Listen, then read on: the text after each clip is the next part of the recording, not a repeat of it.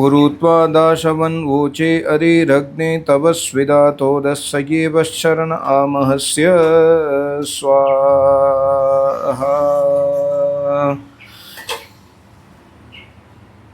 सभी को नमस्ते। ये जो है पंचाशद उत्तर शतमम सूक्तम 150 सूक्त है पहले मंडल का। इस मंत्र का ऋषि है दीर्घतमा, देवता अग्नि है।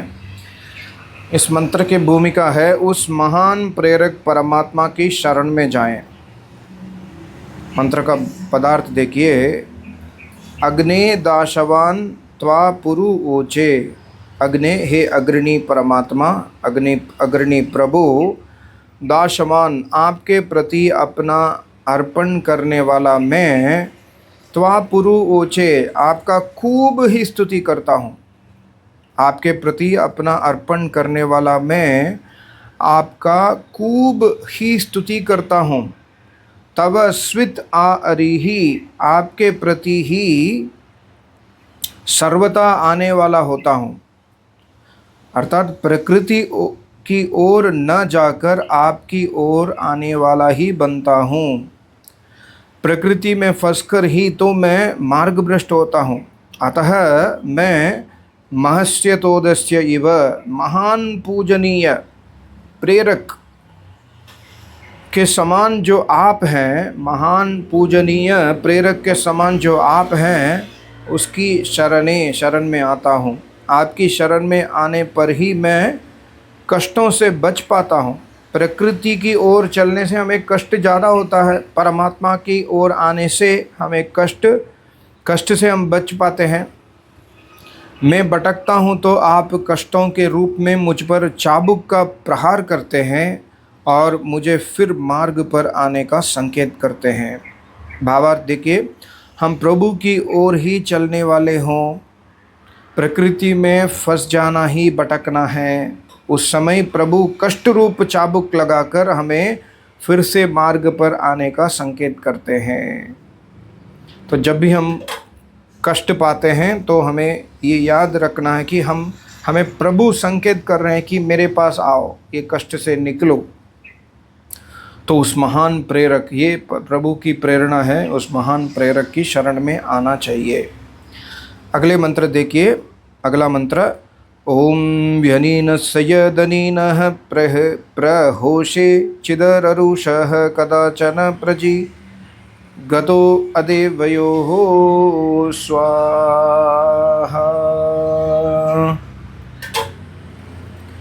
इसका भूमिका है चाबुक का प्रहार किन पर होते हैं। परमात्मा का चाबुक जो है, गत मंत्र में प्रभु को तोद चाबुक का प्रहार करने वाला कहा गया था। यह कष्टों के रूप में चाबुक का प्रहार प्रभु किन व्यक्तियों पर करते हैं। इसका पहला है दनीनः, धनी पुरुष के जो धनी, व्यनिनस्य, उस धन का स्वामी नहीं है। जब हम धन के दास बन जाते हैं, धनार्जन ही हमारे जीवन का लक्ष्य हो जाता है, हम एक धन कमाने के साधन, मनी मेकिंग मशीन ही बन जाते हैं। हम एक धन कमाने के साधन अर्थात हम मनी मेकिंग मशीन ही बन जाते हैं, तब हम धन के स्वामी नहीं रहते। उस समय धन हमारा स्वामी हो जाता है और हम धन के वहन करने वाले, बोझ ढोने वाला ही हो जाते हैं। ऐसी स्थिति में डेथ अनलोड्स थी, मौत ही हमारे बोझ को उतारती है। प्रभु इन व्यनीन धनियों को चाबुक लगाने वाले हैं। और दूसरा, प्रहोषे चित अररुषः, प्रकृष्ट आहुति देने के कार्यों में अर्थात यज्ञ आदि उत्तम कार्यों में दान न देने वाले को चाबुक लगाते हैं। धनी होते हुए भी जो यज्ञ आदि श्रेष्ठ कार्यों में दान नहीं देता, वह प्रभु से दंडनीय होता है। और तीसरा, कदाचन प्रजिगतः, कभी भी प्रभु गुणगान न करने वाले को आप दंड देने वाले होते हो। जो प्रभु विमुख होकर प्राकृतिक भोगों में फंसकर वैषयादिक वृत्ति का बन जाता है, वह विविध रोगों के रूप में प्रभु से दंडनीय होता है।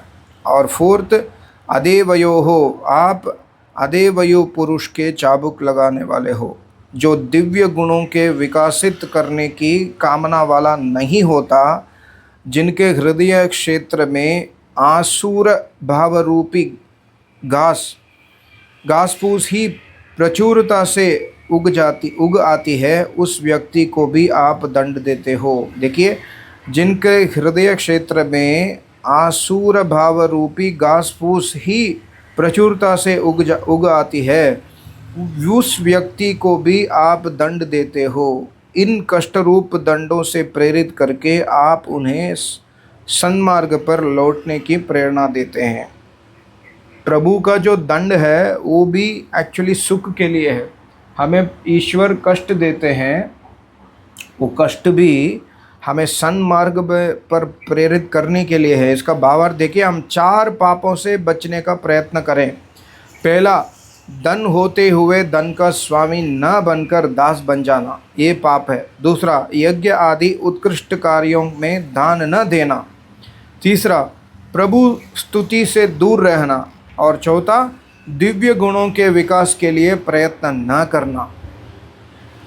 ये जो है 150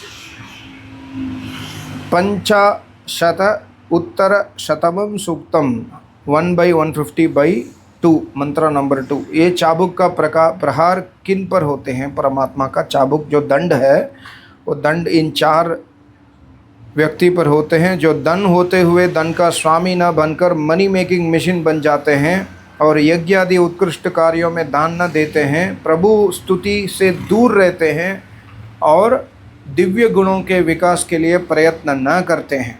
इन चारों को प्रभु का प्रहार उन पर होते हैं। ये आज का स्वाध्याय है। सबको नमस्ते। ओम ओम ओम।